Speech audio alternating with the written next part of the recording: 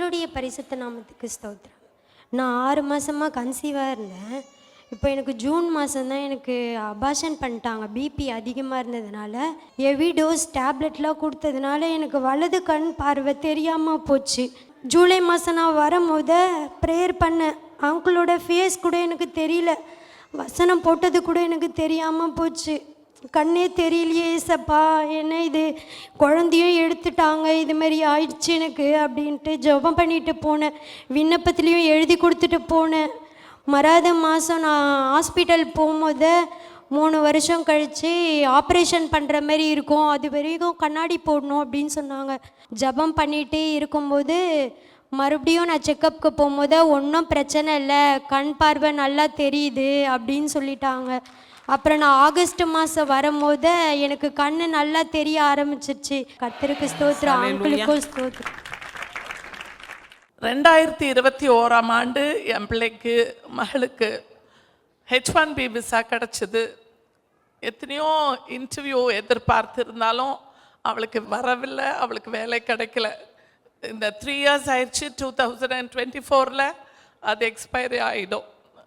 இந்த சூழ்நிலையில் ரொம்ப டிப்ரெஸ்டாக இருக்கும் பொழுது அமெரிக்கா தேசத்திலிருந்து ஒருத்தர் ஃபோன் பண்ணி இங்கே வரட்டும், இங்கே வந்த பிறகு ஒரு வேலை கிடைக்கும் சொல்லியிருந்தாங்க. அதை நம்பி இவ போனா. ஆனால் போய் 3 மாதம் 4 மாதம் ஆகிவிட்டது, வேலை கிடைக்கிற பாடில்லை. சரி நம்ம திரும்பி வந்துடலாம் இந்தியா தேசத்துக்கு அப்படின்னு இருக்கிற சூழ்நிலையில் கிருபையாக பிரதர் அமெரிக்கா தேசத்தில் ஊழியத்தை முடித்துட்டு ரிட்டர்ன் பண்ணும்போது ஏர்போர்ட்டில் இருக்கும் பொழுது அவள் ஃபோன் பண்ணி ஜெபிக்கும் பொழுது மெய்யாகவே மிகுந்த பாரத்தோடு பிரதர் அன்போடு அவளுக்காக ஊக்கமாக ஜெபத்தை ஏறெடுத்து அவளுக்கு ஒரு வாக்கு தத்தத்தை கொடுத்தாரு. இதோ உனக்கு முன்பாக ஒரு திறந்த வாசலை வைக்கிறேன், ஒருவரும் பூட்டக்கூடாத வாசல் என்று சொல்லி ஒரு பெர்மனன்ட் ஜாப் ஆண்டவர் உனக்கு கொடுக்குறாரு மகளே என்று சொல்லி போன மறு வாரமே அவளுக்கு அதிசய விதமாக நாங்கள் எதிர்பார்க்காத இடத்திலிருந்து அவளுக்கு வேலை கிடைத்தது. ஆண்டவருக்கே எல்லா மகிமையும் ஏறெடுக்கிறேன். கிரகிக்க முடியாத பெரிய காரியத்தை செய்த என் தேவனுக்கு கோடா கொடி ஸ்தோத்திரம்.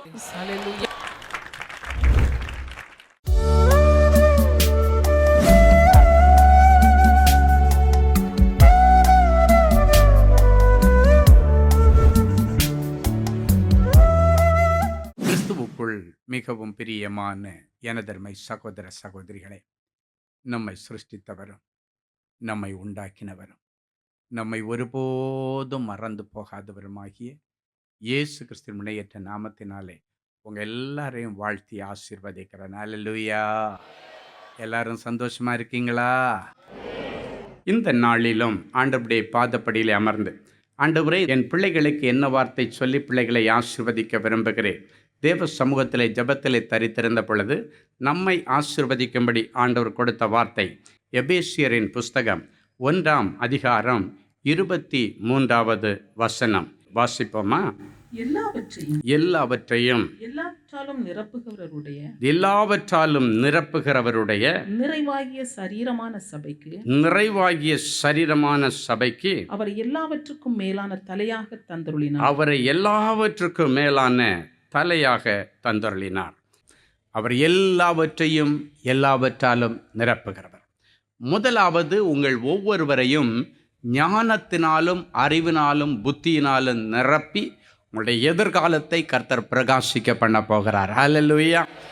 வாசிக்கலாம். யாத்திராகமத்தின் புஸ்தகம் 31ஆம் அதிகாரம் 5வது வசனம் இப்படியாய் சொல்லுகிறது. வாசிப்போமா? மற்றும் சகலவித வேலைகளையும் யூகித்து செய்கிறதற்கும் வேண்டிய ஞானமும் புத்தியும் அறிவும் அவனுக்கு உண்டாக அவனை தேவ ஆவியினால் நிரப்பினேன். யாரை தேவ ஆவியினாலே நிரப்பினாராம்? பெசலெயேல் என்கிற ஒரு மனுஷன். அவன் இஸ்ரவேல் ஜனங்களிலே 1,00,000 ஒருவனாக மோசேயோடு பயணப்பட்டு கானான் தேசத்திற்கு நேராக வழிநடத்தப்பட்டவன். அநேக லட்சக்கணக்கான ஜனங்கள் இருக்கும் பொழுது ஒரு நாள் ஆண்டவர் பெசலெயேலை பெயர் சொல்லி அழைக்கிறார். அந்த பெசலேலுடைய அப்பா பெயர் ஊர் என்று சொல்லப்படுகிறார். ஊரின் குமாரனாகிய பெசலேயேல் அப்படின்னாச்சுன்னா லட்சக்கணக்கான அந்த மக்கள் மத்தியிலே பெசலேயேல் என்கிற பெயரோடு நிறைய பேர் இருந்தார்கள். ஆனால் எந்த பெசலேயேல் என்பதை அடையாளம் காட்டுவதற்காக சன் ஆஃப் ஊர் என்று சொல்லுகிறார். ஊரின் குமாரனாகிய பெசலேயேல் என்று சொல்லி பேர் சொல்லி அவனை முன்னால் அழைக்கிறார். முன்னால் அழைச்சிட்டு சொல்லுகிறார், சகலவித வேலைகளையும் யூகித்து செய்கிற ஞானத்தையும் அறிவையும் விவேகத்தையும் அருளுகிற ஆவியினாலே உன்னை நான் நிரப்புகிறேன் என்று சொல்லுகிறார். அதுவரைக்கும் சாதாரண மனுஷனாய் இருந்த அவன் இயற்கைக்கு அப்பாற்பட்ட நிறைய சாதனைகளை படைக்கத்தக்கதாக பொன் வேலைக்கு பொன்னையும் வெள்ளி வேலைக்கு வெள்ளியையும் மர வேலை எல்லா விதவிதமான கற்களை வெட்டி பதிக்கிற வேலை அட் எ டைமில் எல்லா ஃபீல்டுலையும் அவனை ஒரு நல்ல அனுபவசாலியாக ஆண்டவர் மாற்றும்படி அனுபவசாலியாய் மாற்றுகிற தேவ ஆவியினாலே அவனை நிரப்பினார். ஒரே ஆவியானவர் அவனுக்குள்ளே போய் உட்கார்ந்தார். அந்த தேவ ஆவியானவர் அவனுக்குள்ளே உட்கார்ந்த உடனடியாக சாதாரண மனுஷனாய் இருந்தவன் வேறே மனுஷனாய் மாறினான். இன்றைக்கு அந்த ஆவியானவர் உங்களுக்குள் எழுந்தருளி வருகிறார். அந்த ஆவியானவரால் உங்களை இன்றைக்கு ஆண்டவர் நிரப்புகிறார். இந்த நிமிஷத்தில் நீங்கள் வேறே மனுஷர்களாய் மாறப்போகிறீர்கள். அல்லேலூயா. அதன் பிறகு எல்லாரும் ஆச்சரியப்படக்கூடிய விதத்தில் எந்த லாகாவை அவனிடத்தில் கொடுத்தாலும், எந்த டிபார்ட்மெண்ட் அவனிடத்தில் கொடுத்தாலும் அவன் அதில் பெயர் வாங்குகிறவனாக மாறினான். இன்றைக்கு ஆண்டவர் உங்களை பார்த்து சொல்கிறாரு, அந்த ஞானத்தையும் அறிவையும் புத்தியும் அருளுகிற ஆவியினால் உங்களை ஆண்டவர் நிரப்புகிறார். உங்கள் பிள்ளைகளை ஆண்டவர் நிரப்புகிறார். ஒருவேளை உங்கள் பிள்ளைகள் வெளி தேசத்தில் இருக்கலாம், வெளி ஊரில் இருக்கலாம், வெளி பட்டணங்களில் இருக்கலாம். ஏன் ஒருவேளை அவன் நாட்களையெல்லாம் விரயம் பண்ணி இந்த நிமிஷத்தில் தகாத ஒரு உறவில் இருக்கலாம், தகாத மதுபான கடையில் இருக்கலாம். அவன் எங்கிருந்தாலும் இன்றைக்கு உன்னுடைய பெயரை சொல்லி, உன்னுடைய பெயர் சன்னாஃப்னு சொல்லி உன் பெயரை சொல்லி, உன் பிள்ளையுடைய பெயரை சொல்லி, அவன் 100 பேர் குடித்து வெறித்து இருக்கிற இடத்துல கூட அவனை தனியாக பிரித்தெடுக்கிறார். எப்படி லட்சக்கணக்கான ஜனங்கள் மத்தியில் பெசலேயேலை தனியாக பிரித்தெடுத்து முன்னால் அழைத்தாரோ, அதே போல உன் பிள்ளைகள் இருக்கிற இடத்துல அவனை தனியாக பிரித்தெடுத்து அவனுக்குள் தேவ ஆவியானவரை நிரப்பி இன்றைக்கு பிறகு அவன் பொறுப்புள்ள பிள்ளையாய் மாறப்போகிறான். வனசஞ்சாரியாயிருந்த உன் பிள்ளையை இனி குணசாலியாக கூடாரவாசியாக ஆண்டவர் மாற்றப் போகிறார். வனசஞ்சாரியாயிருந்த உன் புருஷனை இனி குணசாலியாக கூடாரவாசியாய் மாற்றப் போகிறார். வனசஞ்சாரியாய் சுற்றி கொண்டிருந்த உன்னுடைய மருமகனை இனி குணசாலியாக கூடாரவாசியாக மாற்றி ஆண்டவர் அழகு பார்க்கும்படி இப்பொழுது கர்த்தருடைய ஆவியானவரால் அவனை அவர் நிரப்புகிறார். அப்பொழுது என்னாகும்? யூகித்து செய்கிற ஞானத்தையும் அறிவையும் விவேகத்தையும் அவனுக்கு அதன் நிமித்தம் ஆண்டவர் கொடுக்கிறார். நிறைய பிள்ளைகள் நிதானம் தவறி ஓடிக்கொண்டிருக்கிறீர்கள். நிதானமே இல்லை. வேலையில் நிதானம் இல்லை, வியாபாரத்தில் நிதானம் இல்லை, ஊழியத்தில் நிதானம் இல்லை. நிதானம் இல்லாமல் ஓடிட்டு இருக்கிறீங்க. உங்களை எல்லாரையும் இன்னைக்கு ஆண்டவர் நிதானப்படுத்துகிறார். யூகித்து காரியங்களை செய்யும்படிக்கு நின்று யோசித்து பொறுமையாய் காரியங்களை செய்யக்கூடிய விதத்தில் ஆண்டவர் உங்களை பொறுமைசாலியாக மாற்ற போகிறார். அல்லேலூயா. யூகித்து செய்கிற ஞானம். மடமடன்னு விழுந்து மடமடன்னு நஷ்டத்தைப்பட்டு அவமானத்தோடு நீங்கள் நிற்கிறீங்க. இன்னைக்கு பிறகு ஆண்டவர் எல்லாத்தையும் நிதானமாய் கவனிக்க, நிதானமாய் செய்ய, நிதானமாய் குடும்பத்தை நடத்த, நிதானமாய் சில தீர்மானங்களை எடுக்க, அவசர புத்தி அவசரத்தில் எல்லாத்தையும் செய்து இன்னைக்கு நஷ்டமடைந்து வந்திருக்கிறீர்கள். ஆண்டவர் சொல்கிறார், அவசரத்தில் நீங்கள் எடுக்கிற எல்லா முயற்சியும் தப்பாகவே இருக்கும். அப்போ நிதானம் தேவை. அந்த நிதானத்துக்கு நேராக கர்த்தர் இன்றைக்கு உங்களை நடத்த விரும்புகிறார். அதான் யூகித்து செய்கிற ஞானம். இந்த நேரத்தில் என்ன டிசிஷன் எடுக்கிறது? பொறுமையாக நின்று நிதானித்து யோசித்து, அதான் யூகித்து. தடபுடன்னு மனம் வந்த போக்கில் செய்கிற காரியம் அல்ல. அப்படி நிதானம் இல்லாமல் செய்து இன்னைக்கு சில பிள்ளைகள் எக்கச்சக்கமான நஷ்டத்தில் மாட்டிக்கிட்டு இருக்கிறீங்க. வெளியே வர முடியாத சில பிரச்சனைகளில் சிக்கலில் நீங்கள் சிக்கி கொண்டிருக்கிறீர்கள். இன்றைக்கு சிக்கிற ஆவியானவரை எல்லாவற்றிலிருந்து உங்களை வெளியே கொண்டு வந்து நிதானத்தை உங்களுக்கு கொடுக்க போகிறார். நீடிய பொறுமையை கொடுக்க போகிறார். இயேசுவானவர் உங்களை நிரப்புறேன்னு சொல்லும் பொழுது அவர் நீடிய பொறுமையும் சாந்தமும் தயவுமுள்ள ஆண்டவர்.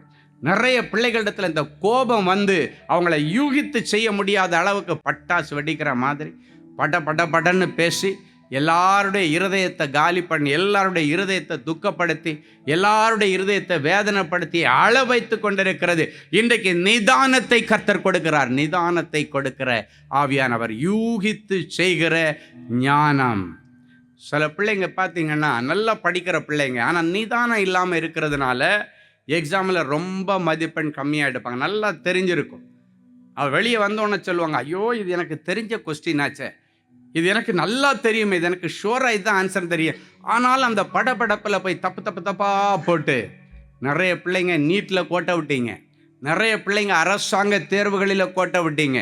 யூகித்து செய்கிற ஞானம் இருந்தாச்சுன்னா அரசாங்க வேலையில் இந்நேரம் நீ சேர்ந்து இருக்கணும். எத்தனை முறை அரசாங்க எக்ஸாம் எழுதினா, எத்தனை முறை பேங்க் எக்ஸாம் எழுதினாய், எத்தனை முறை கணக்கில் டிஆர்பி எழுதினது கணக்கில் அத்தனை முறை எழுதியாச்சு. டெட் எக்ஸாம் அத்தனை முறை எழுதினீங்க, ஆனாலும் இன்னும் கிடைக்கல. காரணம் என்ன? யூகித்து செய்கிற ஞானமும் அறிவும் உங்களுக்கு இல்லை. நிதானமாக யோசித்து எழுதுகிற ஞானமும் அறிவும் இல்லை. இன்னைக்கு ஆண்டவர் அதை தான் உங்களுக்கு கொடுக்க போகிறார். ஏன்னா நீங்கள் எல்லாம் சக்ஸஸ் ஆகணும்னு நினைக்கிறார். நீங்கள் எல்லாரும் இருக்கிற ஃபீல்டில் டாப்பராக வரணும் என்பது ஆண்டவருடைய யோசனை, ஆண்டவருடைய திட்டம். அதுதான். நீங்கள் எங்கேயுமே பின்தங்கி இருக்கக்கூடாது. ஆண்டவருடைய பிள்ளைகள் முதல் இடத்துல இருக்கணும். ஆண்டவருடைய பிள்ளைகள் பூமியின் உயர்ந்த ஸ்தானத்தில் இருக்கணும். வேதம் சொல்லுகிறது, பூமியின் உயர்ந்த ஸ்தானத்திலே உன்னை ஏறி வர பண்ணி, உன் பிள்ளைகளை ஏறி வர பண்ணி, யாக்கோபின் சுதந்திரங்களினால உங்களை அலங்காரம் பண்ணும்படிக்கு இன்றைக்கு யூகித்து செய்கிற ஆவியானவர் உங்கள் மேலே தங்குகிறார். நல்ல அறிவு உங்களுக்கு ஆண்டவர் கொடுக்கிறார். அறிவில்லாததுனால ஜனங்கள் சங்காரமாகி கொண்டிருக்கிறார்கள். தொடர்ந்து தோல்விகளையும் நஷ்டங்களையும் இன்றைக்கு அநேக பிள்ளைகள் சந்தித்து கொண்டிருக்கிறார்கள். அது மட்டும் இல்லை, ஞானமும் புத்தியும் அறிவும் உண்டாகிற தேவ ஆவியினாலே அவனை நிரப்பினாராம். இன்னைக்கு பிறகு ஆவியானவருடைய இயக்கத்திற்கு உங்களை விட்டு கொடுக்கணும். ஆவியானவர்களை நடத்தும்படி உங்களை விட்டு கொடுக்கணும். அவர் சகல சத்தியத்துக்குள்ளும் நடத்துகிறவர். அவரை குறித்து வேதம் சொல்லும் பொழுது, ஆவியான உங்களிடத்தில் வரும் பொழுது நீங்கள் பலன் அடைவீர்கள். அப்படின்னா நீங்கள் சோர்ந்து போய் பயந்து போய் கோழைத்தனமாக இருக்க மாட்டீர்கள், தைரியமாக இருப்பீர்கள். ஸோ நிறைய பிள்ளைகள் பயந்து போய் வந்திருக்கிறீர்கள். பயந்து நைட்டெல்லாம் நிறைய பேருக்கு தூக்கம் இல்லை, சரியாக தூங்கி பல நாட்கள் ஆகிறது, பல வருஷங்கள் ஆகிறது.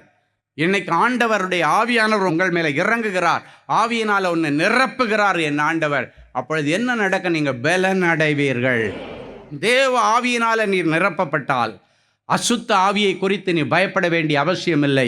தேவ ஆவியானவர் இருக்கிற இடத்துல அசுத்த ஆவி கிட்ட நெருங்க முடியாது. தேவ ஆவியானவர் இருக்கிற வீடுகளுக்குள்ள மாந்திரீக வல்லமைகள் அவர்களை மேற்கொள்ள முடியாது. தேவ ஆவியானவர் இருக்கிற இடத்துல எந்த விதமான மந்திரவாதங்களோ செய்வினை கட்டுகளோ அவர்களை சேதப்படுத்த முடியாது.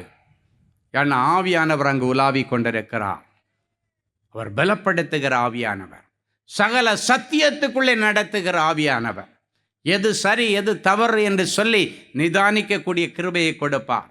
சிலர் சொல்லுவாங்க, என் பிள்ளை ரொம்ப குழந்தைத்தனமான பிள்ளை, என் பிள்ளைய நம்ப வச்சு ஏமாத்திட்டாங்க, என் பிள்ளை எல்லாரையும் நம்புவா, அதை நிமித்தம் என் பிள்ளை என்னை ஏமாந்து நிற்கிறா. ஆனால் சத்திய ஆவியானவர் ஒரு மனுஷிக்குள்ளே இருந்தால், ஒரு வாலிப மகனுக்குள்ளே மகளுக்குள்ளால இருந்தா அவளை யாரும் ஏமாற்ற முடியாது. ஹல்லேலூயா. அவர் எடுத்து ஞாபகப்படுத்துகிற ஆவியானவர், கற்றுக்கொண்டதிலிருந்து வசனங்களை எடுத்து ஞாபகப்படுத்துகிற ஆவியானவர். சில வருஷங்களுக்கு முன்பாக கரூர் பகுதிக்கு நான் ஊழியத்துக்கு போயிருந்தேன். அங்கே நெல்லை ஸ்டோர் என்று ஒன்று இருக்கிறது. ஆண்டவருக்கு பயப்படுகிற ஒரு மனுஷன் அவர்தான். அந்த நாட்களில் வியாபாரிகளுக்காக ஒரு விசேஷித்த கூடுகைக்காக என்னை அழைத்திருந்தார். காலையில் ஒரு சர்ச்சில் மீட்டிங், சாயங்காலம் வியாபாரிகள் கூட்டம்.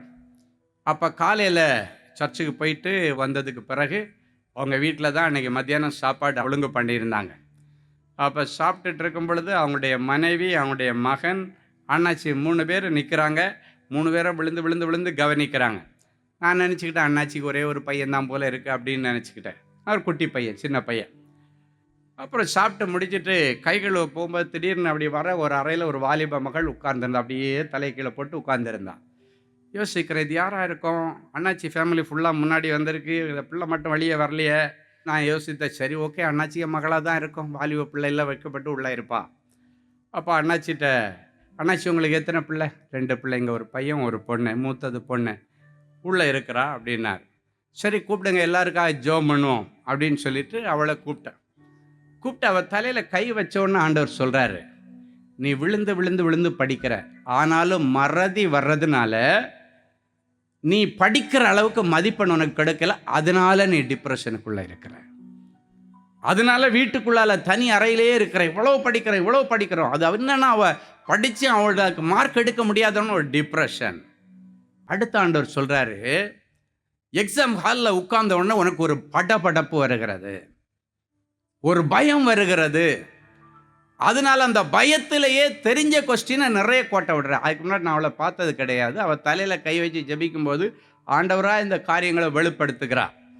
தலையில் கை வச்சு ஜெபம் பண்ண உடனே நீ அதனால் பயத்தில் நிறைய கொஸ்டின் தெரிஞ்சதையே தப்பாக எழுதிட்டு இருக்கிற என்று சொல்லிட்டு ஆண்டவர் சொன்னார், இதுக்கு எப்போ விமோச்சனம் என்று நீ யோசித்து கொண்டிருக்கிற, உனக்கு இன்னைக்கு விமோச்சனத்துக்கு தான் ஊழியக்காரனை வீட்டுக்கு கூட்டு வந்திருக்காரு. சொல்லிட்டு சொன்னார், நீ முதல்ல செய்ய வேண்டியது, நீ எந்த புக்கெல்லாம் முதுகில் சுமந்துட்டு போறியோ அந்த பேக்குக்குள்ளால பைபிளை தூக்கி உள்ளே போட்டுரு. முதல்ல பைபிளை சுமக்க பழகு. இளமையிலே ஒரு மனுஷன் வேதாகமத்தை சுமந்தார், முதுமையிலே அந்த வேதாகமம் அவனை சுமக்குமா. முதல்ல உள்ள தூக்கி போடுன.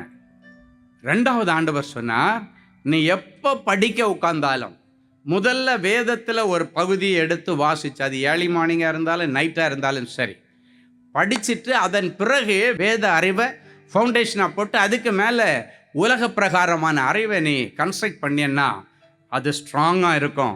அது மட்டும் இல்லை, இந்த வேதத்தை எழுதினவர் பரிசுத்த ஆவியானவர்.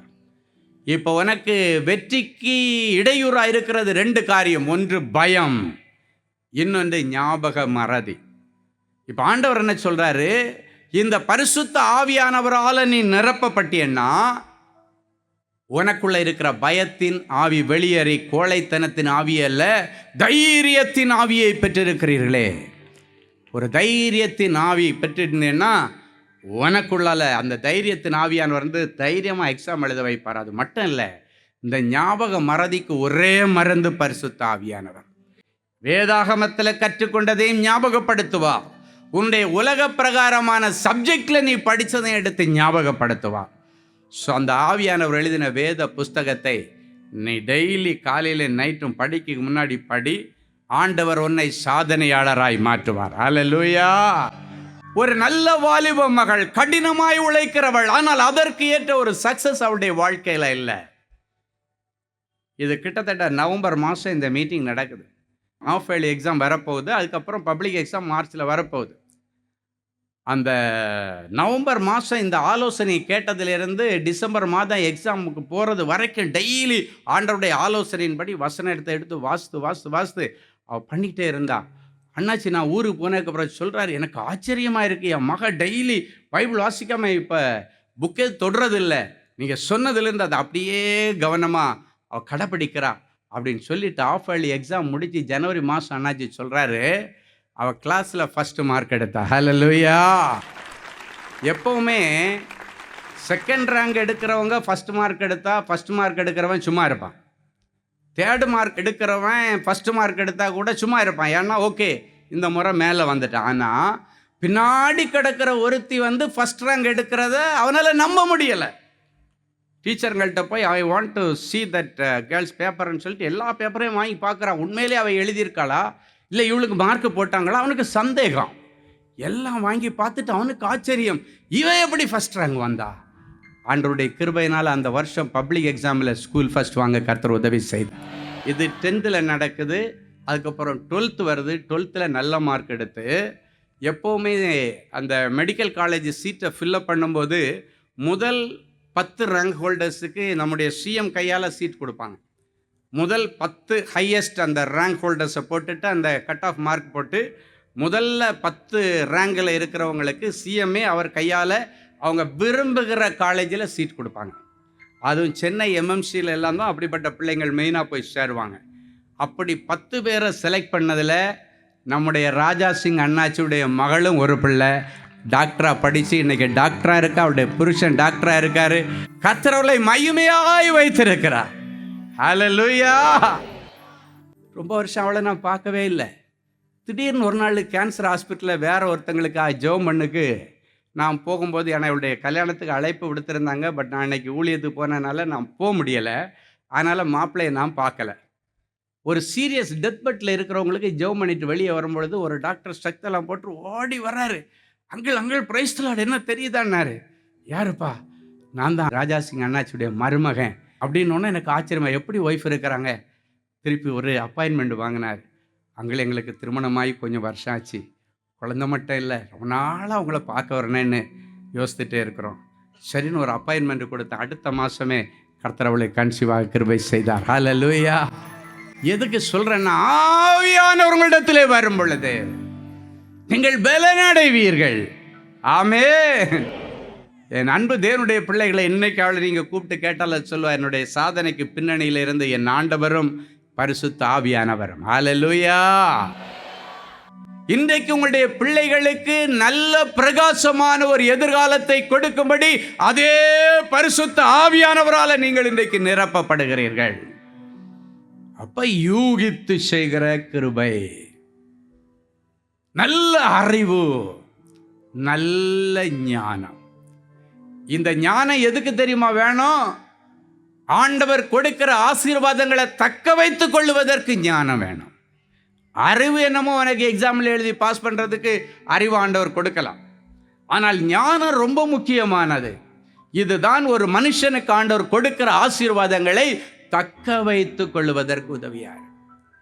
இன்றைக்கு நிறைய வாலிப பிள்ளைகள் ஆண்டவர் கொடுத்த ஆசீர்வாதமான இல்லற வாழ்க்கையை தொலைத்து கொண்டு நிற்கிறார்கள். காரணம், புருஷன் வீட்டில் எப்படி நடந்து கொள்ளுவது என்று தெரியவில்லை. காரணம், ஞானத்தில் குறைவு. தன்னுடைய மாமியாரிடத்தில் எப்படி பேச வேண்டும் என்று தெரியவில்லை, ஞானத்தில் குறைவு. ஆனால் MBBS அல்ல, PhD அல்ல, பெரிய படிப்பு படித்திருப்பார்கள். உலக அறிவெல்லாவர்களுக்கு இருந்தாலும் இந்த ஞானம் ஆண்டவர் கொடுக்கிறது. ஞானத்தை அருளுகிற ஆவியானவர். பயங்கர படிப்பு படிச்சிருப்பாங்க, ஆனால் பார்த்தீங்கன்னா டைவர்ஸ். காரணம் என்னன்னா, ஞானமாக குடும்பத்தில் வாழ போன இடத்துல பேச தெரியாது. நிறைய பிள்ளைகள் நல்லா படித்து நல்ல வேலையில் சேர்ந்துருவாங்க, திடீர்னு கெட் அவுட் பண்ணிடுவாங்க. காரணம், கொடுத்த வேலையை தக்க வைத்துக் கொள்ள ஞானமாய் நடந்து கொள்ள தெரியவில்லை. அந்த பொறுப்பை தக்க வைத்துக் கொள்வதற்கு ஒரு ஞானம் வேண்டும். இன்றைக்கு அநேக பிள்ளைகள் இருக்கிறீர்கள், ஆண்டவர் கொடுத்த அநேக ஆசீர்வாதங்களை இழந்து போய் நிற்கிறீர்கள். காரணம், ஞானம் இல்லாமல் நடந்து கொண்டபடியினால், ஞானமில்லாமல் பேசினபடியினாலே, ஞானமில்லாமல் காரியங்களை நடப்பித்ததுனால இழந்து போயிட்டீங்க. இன்னும் அது எல்லாத்தையும் கர்த்தர் இன்றைக்கு உங்களுக்கு கூட கொடுக்க போகிறார். ஹல்லேலூயா.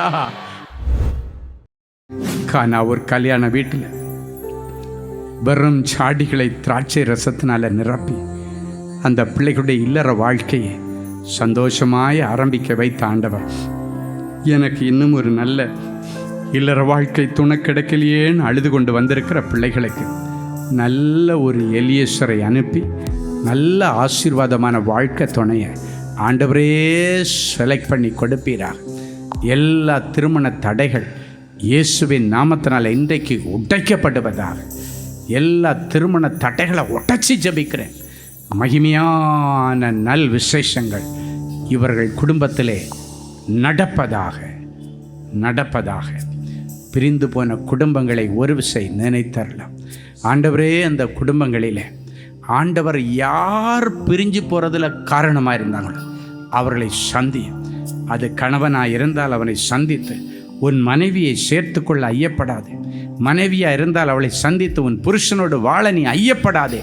அவங்கள கன்வின்ஸ் பண்ணி இரவோடு இரவாக ஒரு அற்புதத்தை செய்து காலையில் இவர்கள் கூடி வாழ ஆண்டவரின் பிள்ளைகளுக்கு அனுக்கிரகம் பண்ணுவீராக. இந்த நிமிஷத்தில் ஒரு அற்புதம் நடப்பதாக.